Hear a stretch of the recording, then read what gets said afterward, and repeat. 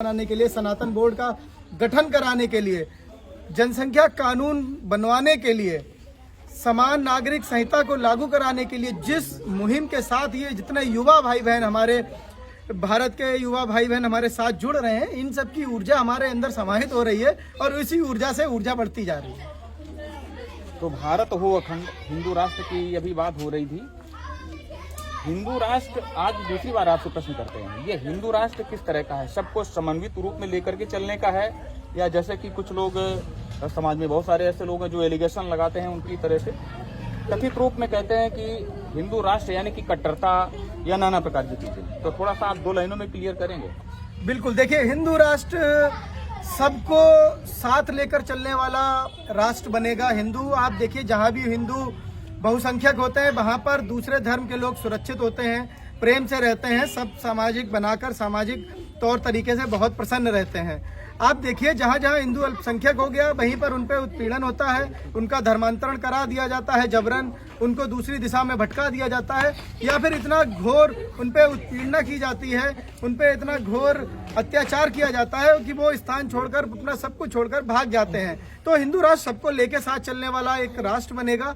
और जैसा आपने कहा कि हिंदू राष्ट्र कैसे लोगों को दूर करता है या कुछ लोग नहीं मानते, देखिए, सेकुलर गैंग हमेशा से एक अपनी अलग दुनिया बना के चलता है। अगर सेकुलर गैंग अगर बोलना चाहते हैं तो बोलिए, बांग्लादेश में हिंदुओं पे जो अत्याचार हो रहा है, क्यों उनका मुंह चुप है?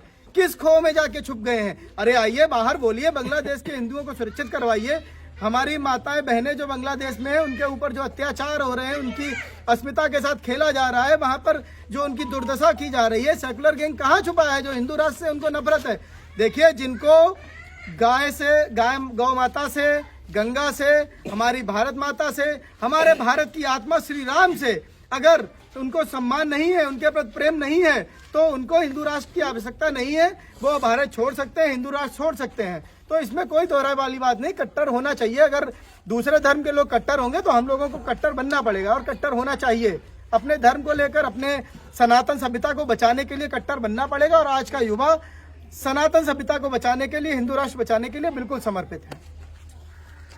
आप फ्रंट पे बोल रहे हैं और एग्रेसिव होकर के बोल रहे हैं, तब तो संभल का प्रश्न स्वाभाविक हो जाता है, क्या कहेंगे? संभल का प्रश्न, अरे बिल्कुल संभल का प्रश्न आप करिए। और संभल की दशा देखिए, आप देखिए, उन्होंने केवल सर्वे के लिए, अगर सुप्रीम कोर्ट को कोई नहीं मानता है, जो कि सबको मानना चाहिए, सुप्रीम कोर्ट एक सबसे बड़ा हमारे यहाँ पर स्तंभ है, अगर आप उनको नहीं मानते, वहाँ पे जो घटना हुई है बहुत ही निंदनीय, मैं उसकी घोर निंदा करता हूँ। और संभल में जो हुआ है बहुत गलत हुआ है।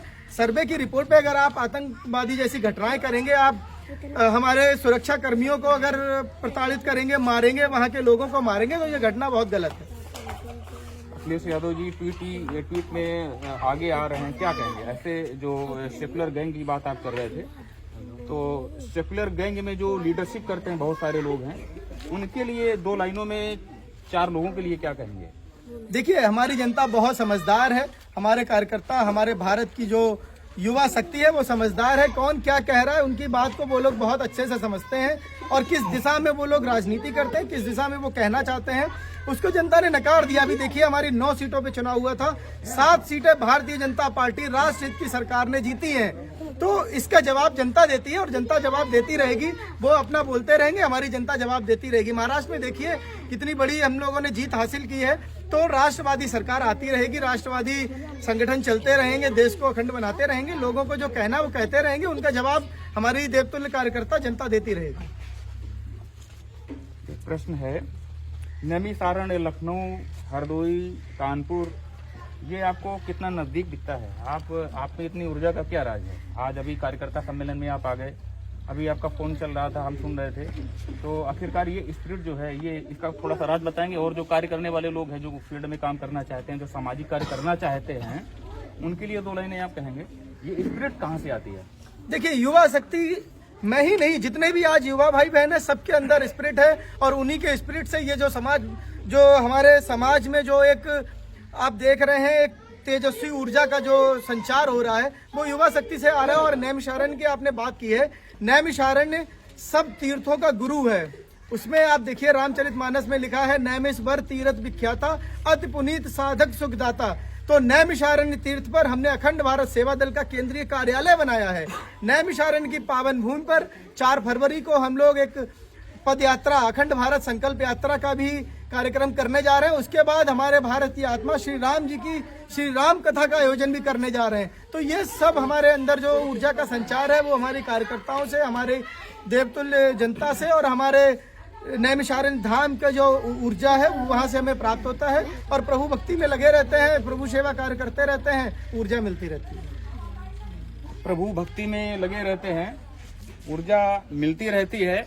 और ये जरा घुमाइए, थोड़ा कैमरा घुमाइए। ये कार्यकर्ता सम्मेलन हो रहा है, ये नया समागम भी हो रहा है, चिंतन भी हो रहा है, मनन भी हो रहा है और इस तरह की